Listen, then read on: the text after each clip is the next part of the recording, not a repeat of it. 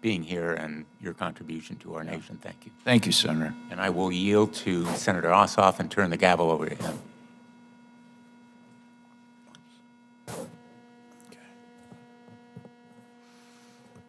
Thank you, Senator Blumenthal. Comptroller General, nice to see you again. I want to thank you and your team for the support that you have provided to several investigations I've led over the last couple of years, in particular the research and analysis that you produced supporting the PSI bipartisan investigation into deaths in custody in state and local facilities across the country, an issue I know Senator Blumenthal's focused on as well. I led an investigation last year into the Bureau of Prisons and introduced bipartisan legislation with Senator Braun called the Federal Prisons Oversight Act to establish greater accountability and transparency within the BOP.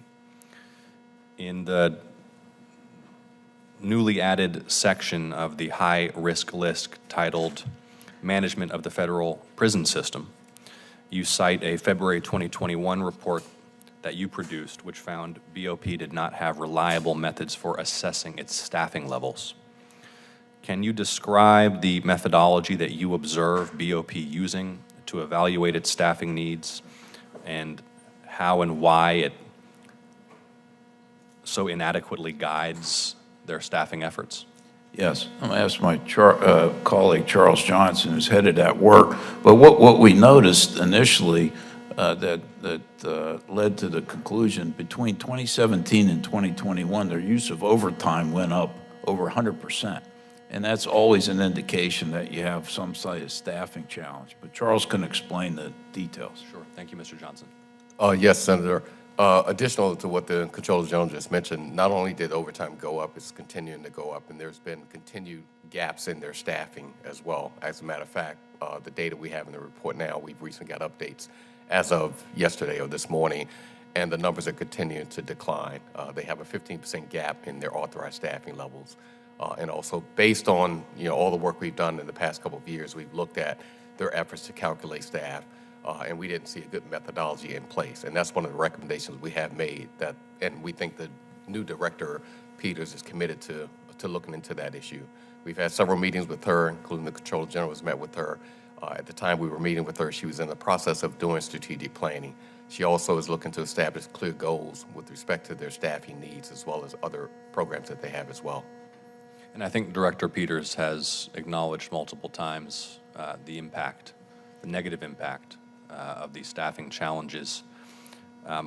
From your perspective, Mr. Johnson, what are those impacts, the ramifications for the administration of federal prisons? Well, some of the things we point out in our report, and that she has acknowledged, is the safety and security of the inmates, as well as her own staff. As you know, some of the death in custody work that you've looked at and championed, and some of the things we've looked at recently with respect to some of the facilities. There's been some facilities closed as a result of the lack of sufficient care and custody of some of the inmates, and Director Peters herself has been responsible for some of the closings recently. Remaining on the subject of deaths in custody, the bipartisan investigation that I led with Senator Johnson detailed the failures of DOJ to account for deaths in custody.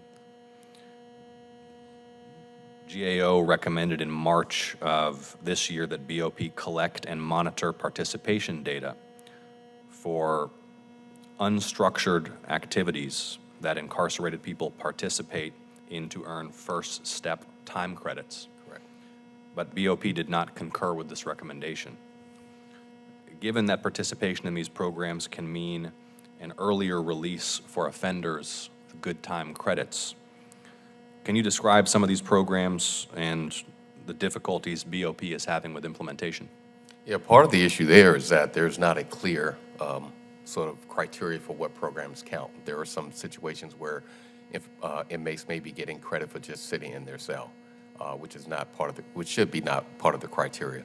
In addition, there's inconsistency that we found at different facilities in terms of how time credits are being allotted or not giving credit for certain time credits. Even the inmates themselves don't know what they can do to get the time credits. So that's some of the things that we recommended that they addressed as well. Come up with clear guidance and criteria for how you can obtain time credits. Did BOP communicate to you why they did not concur with your recommendation that they collect and monitor participation data? They didn't see the need. They felt like what they had in place was clear.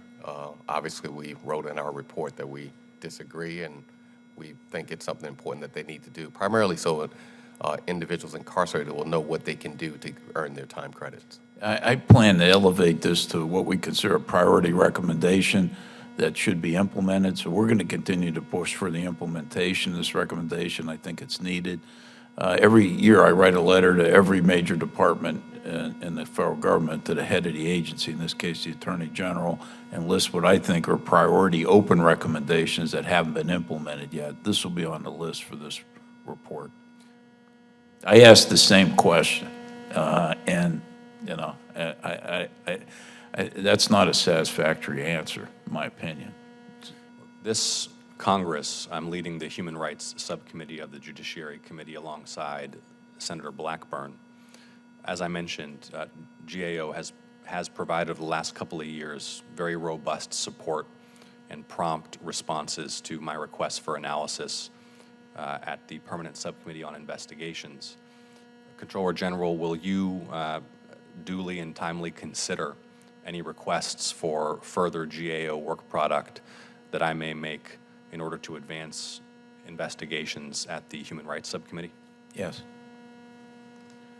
Let's talk a little bit about some DoD issues. Since 1990, when GAO first published the high-risk list, DoD weapons system acquisition has been consistently listed as a high-risk item, indicating the potential for fraud, waste, abuse, and mismanagement.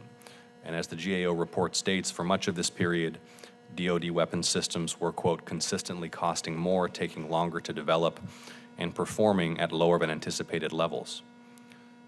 In your view, is DoD negotiating effectively when it engages in procurement to get the best value for taxpayers?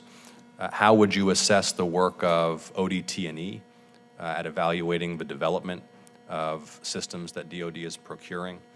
And do you have any other specific recommendations for Congress whereby perhaps through the National Defense Authorization Act we could improve procurement practices of the department? Yes. First, with regard to prices, competition's the key to getting the lowest price, as we've seen over the years. And initially, there is some competition in this area, but quickly they go down to a single contractor. Now, they do have the ability to get price information from that contractor, but also getting, and negotiating. So, but once you go down to a single contractor, you lose a lot of the value of competition. And so that's part of the problem with the weapon systems. Now, what we've also said in that area is that they move forward with going into development and production, from research into development and then into production before the technologies are mature. And so there's, simultaneous things going on, and then that leads to costly redesigns later on in the process.